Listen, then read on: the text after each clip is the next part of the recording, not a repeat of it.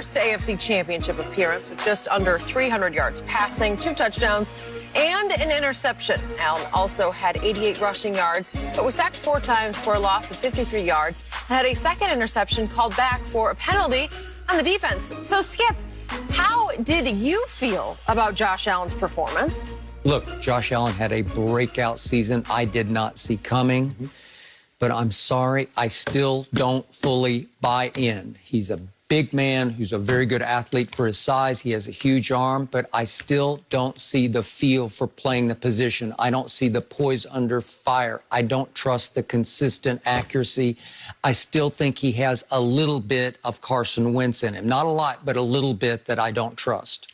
Well, I trust him. I think he made tremendous strides, and I think he's only going to get better, Skip. But at some point in time, he got to stop blowing these leads. He had a 16-point lead against the Houston Texans. He had a 9-point lead. Now, Mahomes, there's nothing. But I just believe, Skip, with Stephon Diggs, they're going to get better. Skip, there was a play in the ball game, and you probably don't remember. I think it was second down, and they swung the ball out to Singletary out of the backfield. He might have scored, and he dropped it. He did. And it looked like nobody was home. Nobody there. And that's the difference. Sometimes, Skip, now all of a sudden, maybe we're having a different discussion. But Josh Allen was going to need to be Josh Allen of the last 7 regular season games because Mahomes was in his bag yesterday. And so he was going to have to match that. If you're off against Mahomes and he's on, there's nothing you can do. I'll still take Baker over Josh. Don't do that, Skip. Any day. Don't do that, Skip. Give me Baker Mayfield. Leadership, playmaking. No, I'm taking Josh Allen. I'm taking Josh Allen. He's going to be he's here to stay, Skip. He's here to stay. Now, he ain't going to be Mahomes. Now, that's a whole different ballgame. We talking about, that's a whole different level. You talk about GOAT. Oh, GOAT. He finna submit that GOAT status. As a matter of fact, he might retire and go straight to the Hall of Fame. He might be the first player to retire. We might just do it at halftime of the Super Bowl. Just go ahead and put him in the Hall. They might be up 31-3. That is it for Undisputed. Don't worry, we got a couple weeks to preview all things Brady, Mahomes. Great stuff, guys. The herd is on right now. Have a good day, everyone. Well, Tom Brady is heading to another Super Bowl. Brady started out hot, passing for 202 yards and 2 touchdowns in the first half and a 21-10 lead. 3 second-half Brady interceptions allowed Aaron Rodgers and the Packers to make it a one-score game, but they opted to kick a field goal with 2 minutes left instead of going for it on 4th and goal and never got the ball back. Fox Sports NFL analyst Michael Vick is joining us now. Mike, crazy games. I want you to tell me about this one. What was the biggest reason the Bucs won here? Look, the biggest reason the Bucs won, I will say, is, the pass at the end of the half. The pass to Scotty Miller. That was Tom Brady just undermining the Green Bay Packers defense. Now, Green Bay in that moment, they was thinking field goal. They was thinking that Tampa Bay wanted to try to get a field goal, but Tom, being a GOAT, and this is the reason he's the GOAT and the greatest of all time, he recognized the man coverage. He recognized what they was trying to do, and he snuck one in. It was like throwing a Hail Mary, but it was throwing a Hail Mary within a concept, and the concept was Scotty Miller one-on-one with King. He recognized it, and they beat him. And I think that put him in maybe a 10 or 12-point deficit at the time.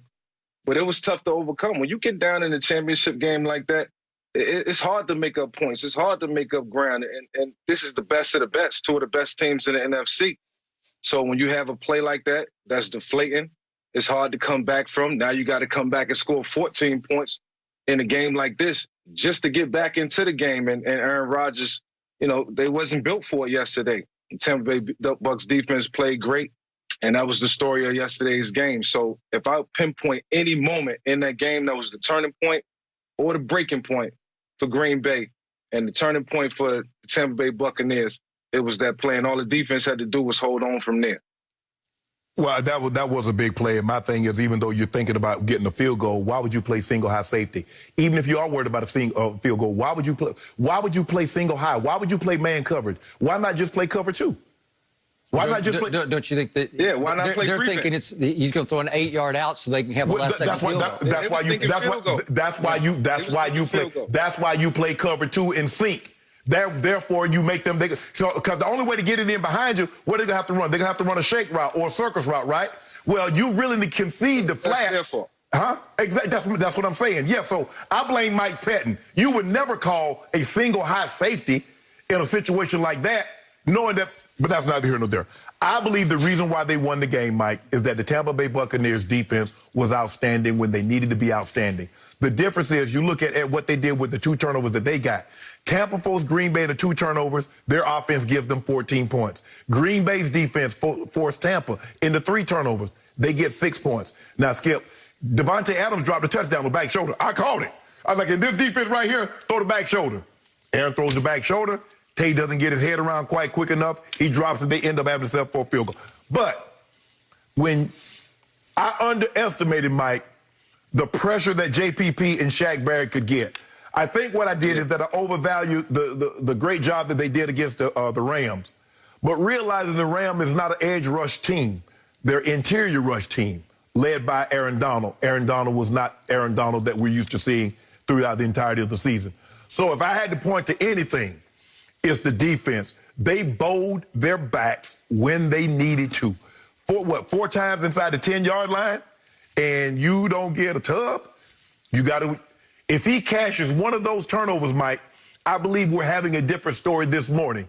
Give Todd Bowles, give that defense credit, because they showed themselves when they absolutely had to. I agree. My turn. I'm going to say this one more time on this show. It boils down to there's just one man in sports I don't bet against when the money gets pushed to the middle of the table, when the stakes are highest.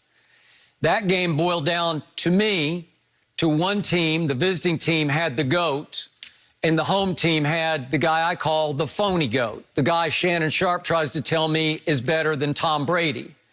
And that phony GOAT, to me, in the fourth quarter got exposed because he came up small on the frozen tundra of Lambeau Field. And I agree with what Michael said, that the shock play of the game, the one that hit Green Bay right between the eyes, if not right in the heart, was the play of Scotty Miller at the end of the half. And I've been trying to warn Shannon Sharpe about Scotty Miller since the offseason. He can flat out fly. I'm not saying he's Michael Vick, but for a little white guy, he can flat out fly. And maybe it is white guy syndrome where Kevin King said, he's a white guy. And maybe on tape, he doesn't look like he's that fast. He can fly. No, he look like he's running. He's 4'3". He look like, I mean, Mike, you can look at him, he's digging. When he comes out, he's digging. Okay, and some little white guys can't snag it after they're running 4.3 40s down the field, but he can catch it. Yes. He's a gutty little catcher. He will go for the football and come up with it, and Brady trusts him in situations like that. And I agree, Brady bamboozled them at the end of the half, and that set the tone. That ended a first half that I have called Tom Brady's greatest first half of his playoff life. He set the tone for his football team by throwing for 202 in the first half, that we're not backing down to these guys. In fact, we're going to punch them right in the mouth, and we're going to see if Aaron can get back up off the mat and stand up to us, to our defense in the fourth quarter, and he could not. Obviously, protection was it yesterday, and the Packers could not protect Aaron Rodgers. That 4-man rush without much blitz, I didn't see a lot of blitz. I don't have a coach's tape, but I didn't see a whole lot. I think they just said, we can get there with 4. And Shaq Barrett, who led this league in sacks last year, he hasn't had that great a regular season this year, but JPP came back to life yesterday, and those two off the edges, they're forces, man. And Aaron is starting to flinch a little bit, and I don't blame him because they are coming from both sides, and it's like an avalanche of 6'5" humanity on him play after play, and he goes down 5 times, the most he's been sacked all year. Tom Brady's line has gelled and clicked and come together like Fort Knox around him. He just went down 1 time yesterday. And what's happened over the last 7 games? They won 7 in a row since the Kansas City game at Tampa Bay. 7 in a row. What are they doing? They're protecting him like crazy. What do you always say? If you give that man time, he'll figure you out. And he got them in the first half. And then early in the third quarter, what happens? They get the turnover because they've been a turnover machine. That's what happens when these teams get on a Super Bowl roll. And they get one, and unfortunately, the safety who caused it was soon hurt and gone. But they get the turnover, and it gets to ominously 1st and goal at the 8-yard line, which became the play of the game for Green Bay going the other way late in the game. But what happens on 1st and goal at the 8? Brady just goes under center play action to Cameron Brate for a wide open touchdown. And I don't know what Amos is looking at. That's I don't his guy. either. I don't either. He has a tight end, Mike, and the guy runs. The guy's coming right to you. What you looking at? Okay, so that makes it 28-10 because he cashed. He went 2 for 2 in the red zone, and Aaron ends up going 2 for 4. That's the football game. Yes. So then we flip it around, and it's 1st and goal at the 8. Late in the game, you got to cash one of them. Cash one.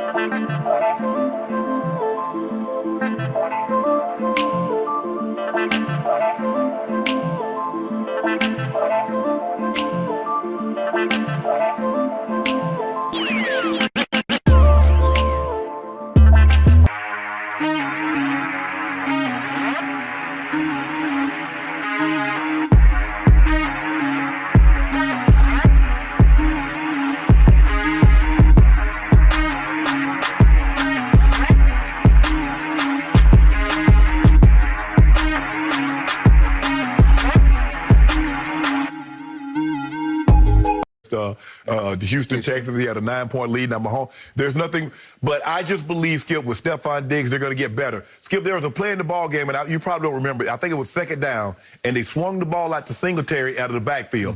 He might have scored, and he dropped it. He did. And it looked like nobody was home.